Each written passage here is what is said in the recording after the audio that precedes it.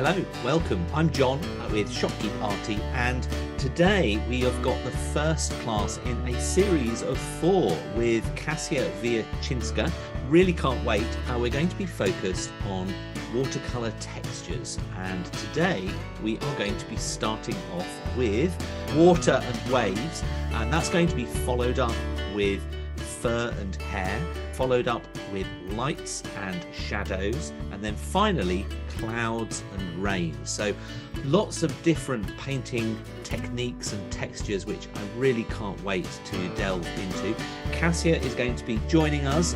She's with me now and I'll go to her in a minute, but live from Norway.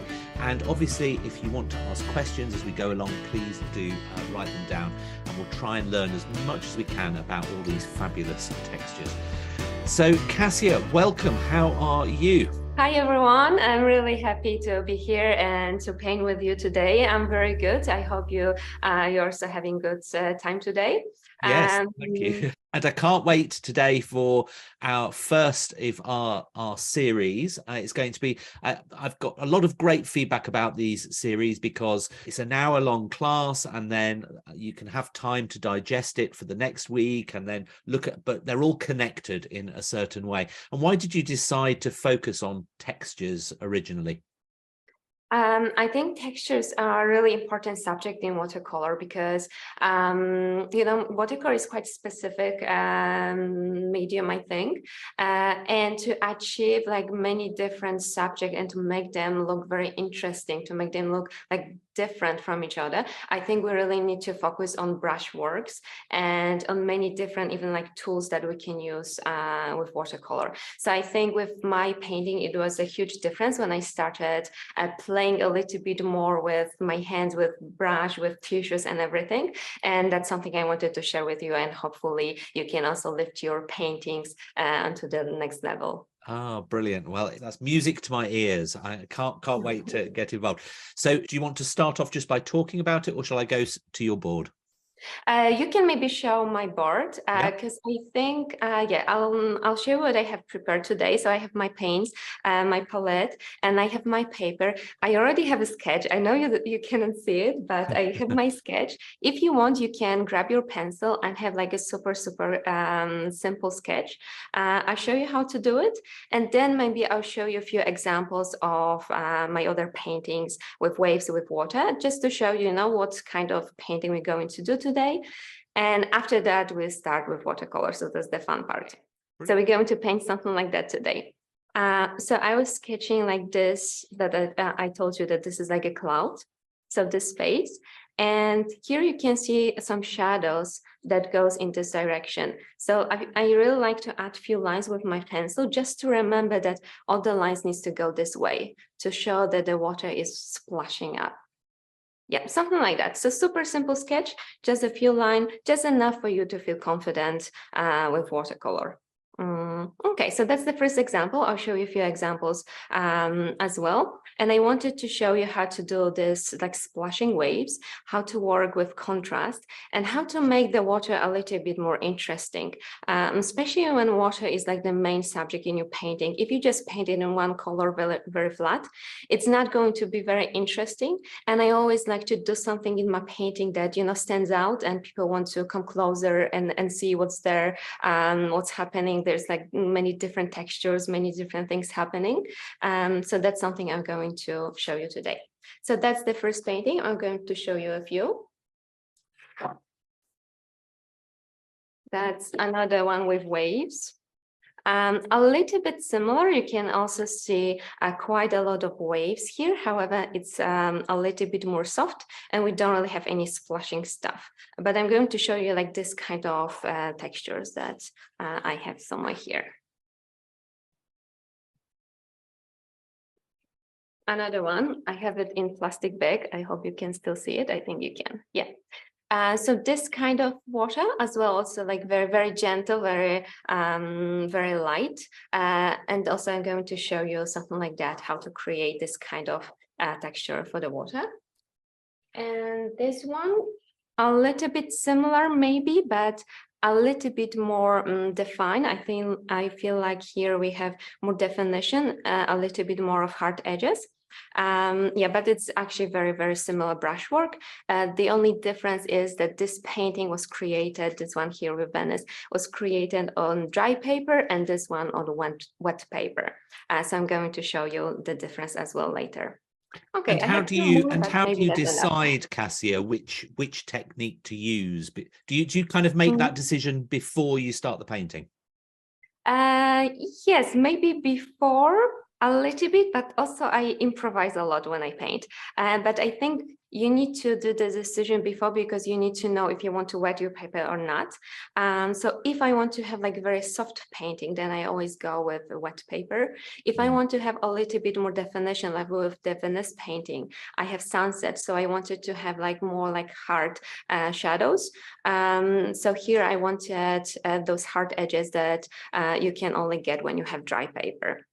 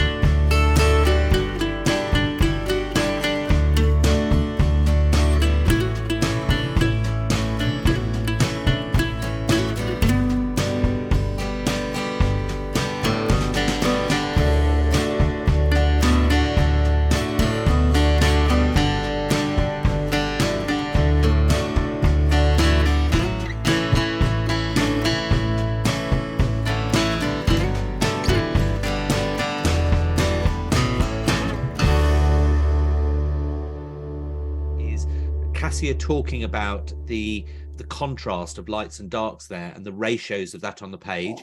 If you missed Howard's art series last month, we did spend one of those classes talking about values and about the ratios of lights and darks, and it was really fascinating about how you combine. He tends to work on a 70-30 rule of darker shades, lighter shades, that sort of thing, and to plan out your painting beforehand with regards to how you're going to be using values, and I'm sure you'd agree with me, Kasia, are an incredibly important, probably maybe even more important than colors, wouldn't you say?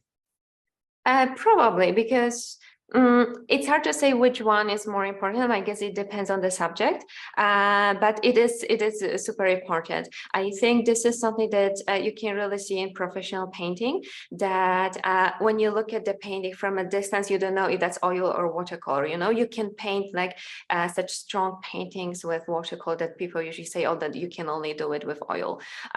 So yeah, for me, that's very important. It really gives this energy, the power for the painting.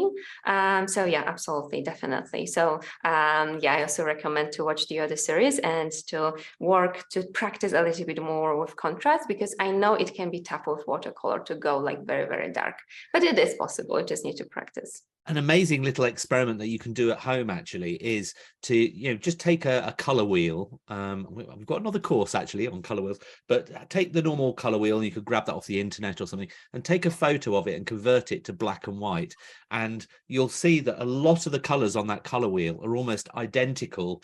You can't tell the difference. You can't tell that there's a difference because they're identical in value. And so you can put lots of different colors on a page, but if they're the same value, the same lightness or darkness, then your eye can't really tell the difference between many things. So have you got some paintings that you can show us, Kasia? Yes, so I can show you some paintings, and I can also show you a few paintings that we're going to paint during the next series. So next week, Okay. in 2 weeks, and in 3 weeks. Yeah, okay, perfect. You know what we're going to do. Yeah. Oh, so first I wanted to show you this painting. That's a painting I made last week in Trondheim in Norway. Oh, lovely. And I think it was also the painting that showed me how important it is to play with watercolor, how important it is, to trying to find different colors, different textures, different things happening. Because I wanted to go like very loose here. You can see it's like almost like abstraction. You don't know what's here. And then I played here a little bit more. I wanted to show the houses in the background, but I wanted just to create interesting texture. So I didn't want to paint every single house separately, but I wanted to show interesting texture, and people will kind of like guess that maybe there are houses or maybe there's something different in the background. They will just think about this. Christina has said that she loves that painting so much. Oh, thank you.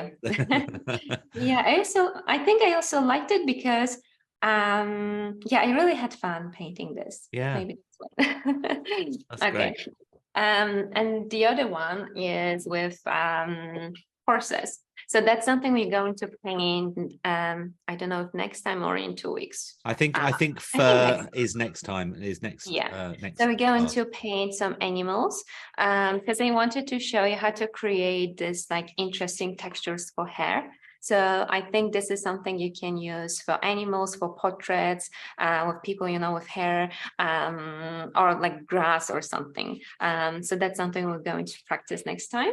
Great. And then another one, we're going to practice painting city during the night. So that's something really, really fun to do.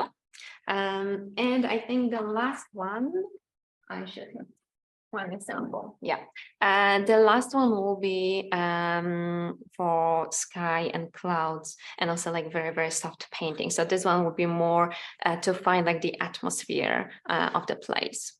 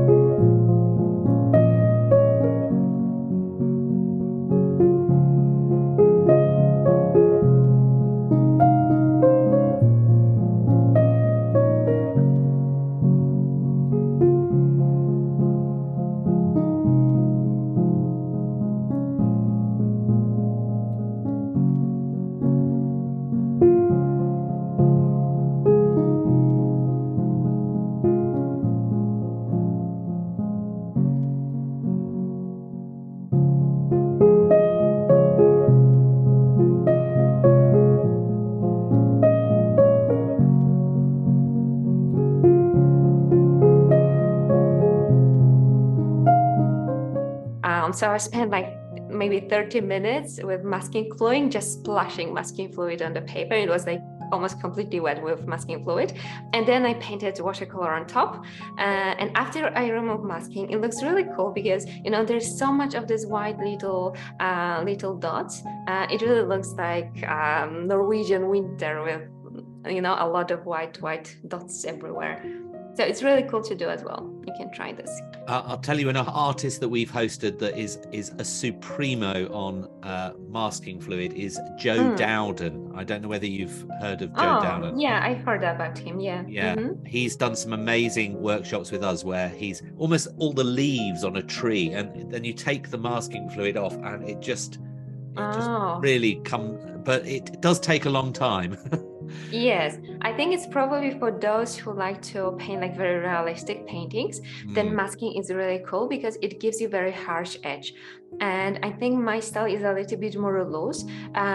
So I really like to have a little bit maybe softened lines. So then I try to lift a little bit with a clean brush, or I like to have some like broken lines or something, a little bit more abstract. And then white paint is really cool to do it. Yeah, so there are a few different techniques to get it. I think there's, it's not like one is better, one is worse. I think you need to just find something that you're comfortable with and something that works with the style you have. And so just try to find something you really like and just stick to it.